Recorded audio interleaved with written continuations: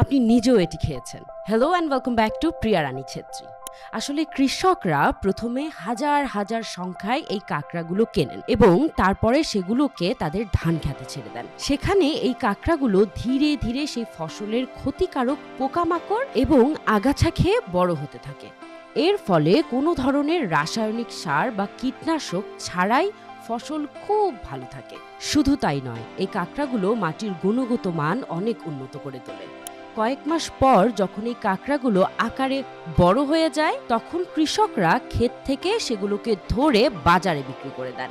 আর সেখান থেকেই এই কাঁকড়াগুলো মানুষের খাবারের প্লেটে পৌঁছে যায়। প্রকৃতিকে ব্যবহার করে কৃষিকাজের এই পদ্ধতিটি সত্যিই দারুণ, তাই না?